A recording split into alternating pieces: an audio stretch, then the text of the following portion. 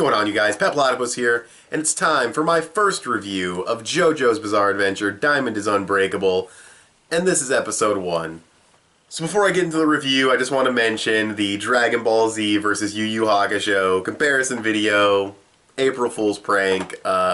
It's actually, for my standard, it's actually doing pretty good view-wise, so thanks for that, I guess, even though it's just me. Whatever, I won't spoil it. Fuck it, spoil what? It's me eating cereal and drinking water for the entire video. I had to make it like 5 minutes long to make sure it was kind of like, oh, maybe he actually posted it, because if it was like really short, then you'd know it's not, but yeah, I had to make sure it was long enough. But yeah, I'll probably just delete that like tomorrow or later today. And then the real one will come on Friday, as I said in that video. If you didn't sit through the whole video, I don't blame you, but I do say that the actual Dragon Ball vs. Yu Yu Hakusho video will come out next Friday.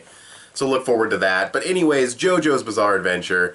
So we finally got more JoJo. I actually wasn't sure if they were going to do a part 4 prior to it being announced, because you had part 1, and at the end they obviously hinted at part 3 with a little after credit scene.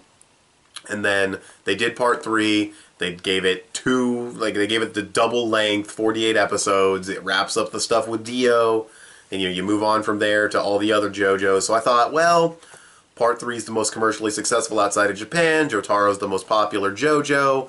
Maybe they'll stop at part 3. I hope they don't. I'm so glad they didn't, because this episode was awesome. I'll just start off with the technical aspects because it's JoJo. Animation, great. Artwork was really, really good. Different from part 3 because they're going with like a mid to late part 4 style.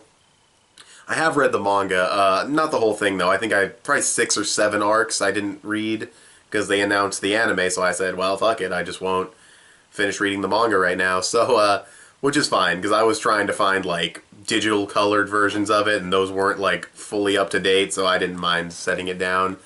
JoJo, like a total digression, but JoJo's hard to read in black and white sometimes. It's actually a little hard to follow the art for me personally, but anyways, that's why I needed it in color. But anyways, the episode itself, technical aspects, once again, animation great, artwork great, the style. JoJo gets its own category with style, and the style was fantastic. It's classic JoJo with faces panning around and zoom-ins on the eyes and silhouettes, and like there's a scene where you have this tree branch shadow and it fades around and it's all glistening, and then it fades into an actual tree branch. All the color palette swaps and everything, it's all there. It's all classic JoJo. The music was on point. The voice actors, they sound good.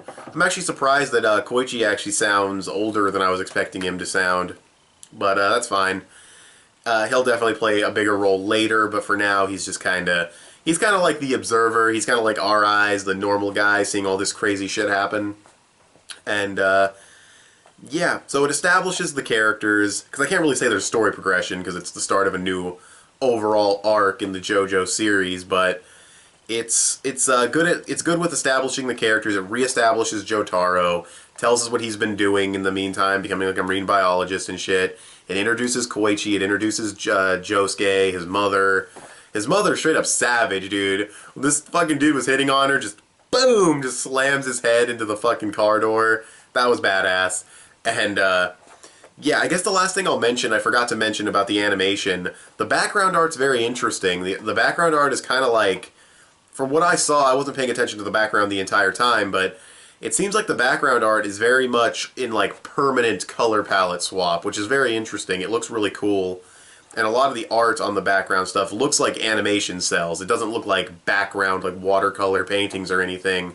It looks like some of it is animation cells, so that's really, really cool too. It's a very interesting backdrop that the series has, and I really, really like it, with like thick black lines around everything. It's very cool. So, yeah, I don't know if that was in every shot, but from all the shots I saw in the episode, that was very, very cool, very unique. So yeah, all the technical aspects of the episode are great. In terms of the actual content, Jotaro meets Josuke, and it's cool to see two JoJos interacting. I mean, we got that obviously in the previous season, and I think it was cooler because it was Joseph, but still my favorite JoJo, though I do like Josuke a lot, probably my second favorite. But still, it's obviously cool to see two JoJos interacting, and they get into a little fight, and it's really badass, and we see Crazy Diamond. It's not named that yet, but that's not a fucking spoiler at all. And its power is interesting, how it can basically, at first it seems like what it breaks fixes itself, but in a different way than it originally was structured. Then we find out later that it can actually just heal people the way it's supposed to be when he punches through this woman. And it's really, really cool. It's a unique ability to go along with a straight-up punching type character, especially since, you know, because he's basically the same as Star Platinum in a lot of ways. He throws out the rapid punches, and but to adding on that extra unique ability, I think, makes it much more interesting. Because Star Platinum, okay, stops time, but I mean, that was like at the very, very, very, very end of Stardust Crusaders. So, yeah, having this unique ability right out the gate and the different things you can do with it, very cool. The villain gets introduced. I do remember in the manga that Jotaro, when he was talking about this villain, or monologuing about it in his head, I guess, inner monologue, it was way more gruesome. Like, I feel like it talked about, like, fucking genital mutilation and all kinds of fucking crazy-ass shit that they didn't say in the anime version, but not a big deal. It's whatever. You know, a little dialogue change. There is also censorship to the gore, too. It's not ridiculous, but it's back. Hopefully it isn't as ridiculous as some of what happened in Stardust Crusaders towards the end. I don't mind that you have to censor it on TV, and I realize that the Blu-rays are going to be uncensored, but I looked at the Blu-ray version, like some uncut footage of Stardust Crusaders, like the last fight with Dio, and like the knives, really, those had to be censored in his chest, like with the shirt there and the magazines blocking it. I don't know. I mean, yeah, a lot of blood came out when he got stabbed, because Jojo characters have like 3 times the blood of a fucking normal human somehow. But still, the censorship was a little strong in Stardust Crusaders towards the end, but kind of just have to deal with it, so whatever.